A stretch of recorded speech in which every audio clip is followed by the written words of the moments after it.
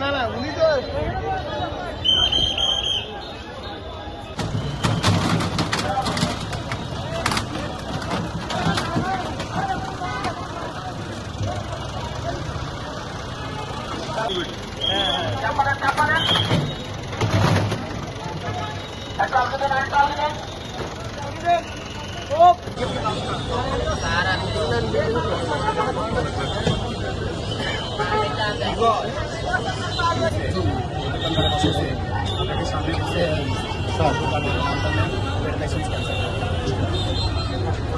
আমরা বাইরে গেলে আমরা লাইসেন্স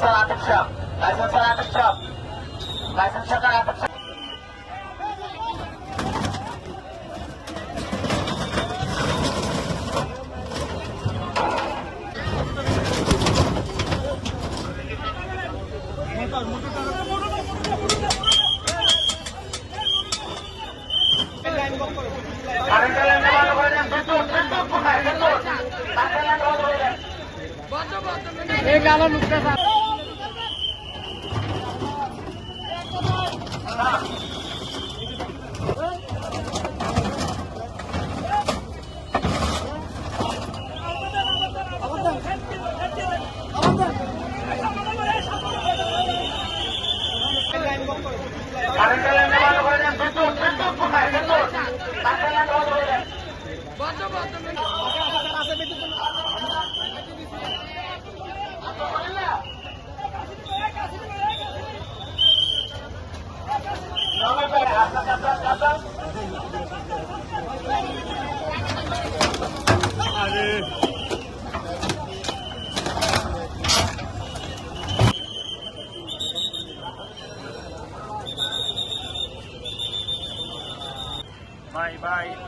ভাই মোবাইলটা কার একটু সামনে দিয়ে আপনারা জানেন আমার সামনে দিয়ে একটু দোকানে কোন ধরনের কর্পোরেশনের প্রশাসক হিসাবে আমি দায়িত্ব পাওয়ার পর থেকেই কুমিল্লার মানুষের প্রতিশ্রুতি দিয়েছিলাম যে কুমিল্লা নগরী যানজট মুক্ত হবে, দখল মুক্ত হবে।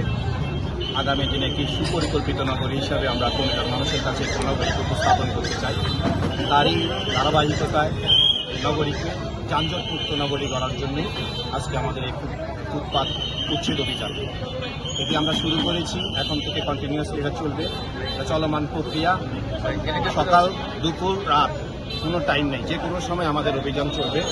আমি আপনাদের মাধ্যমে কুমিল্লার সর্বস্তরের জনগণের সহযোগিতা চাচ্ছি, আপনারা যারা মিডিয়ায় আছেন আপনাদের সহযোগিতা চাচ্ছি, এবং যে সমস্ত ভাইয়েরা এই উচ্ছেদ অভিযানে ক্ষতিগ্রস্ত হচ্ছেন আপনাদের প্রতি আমি আন্তরিকভাবে দুঃখ প্রকাশ করছি। আসলে এই শহরের লক্ষ লক্ষ মানুষের সাথে আমাদেরকে এই পদক্ষেপ নিতে হচ্ছে। আপনারা দেখতে পাচ্ছেন সারা বাংলাদেশে কিন্তু যে ফুটপাত উচ্ছেদ ইতিমধ্যে হয়ে গিয়েছে, বরং আমরা কুমিল্লা অনেক পিছিয়ে আছি। আমরা কিন্তু চেষ্টা করেছি যে কিভাবে তাদের সাথে একটি সমন্বয় করে তাদেরকে পুনর্বাসন করে কি করা যায়, কিন্তু তাদের যে চাওয়া পাওয়া যে চাহিদা সেটি পূরণ করার মতো অবস্থা কুমিল্লা সিটি কর্পোরেশনের নেই। কারণ সিটি কর্পোরেশনের অধীনে সেই পর্যাপ্ত পরিমাণে কোনো জায়গা নেই যে তাদেরকে আমরা পুনর্বাসন করব। পূর্বের একজন মেয়র তিনি কিছু হকারকে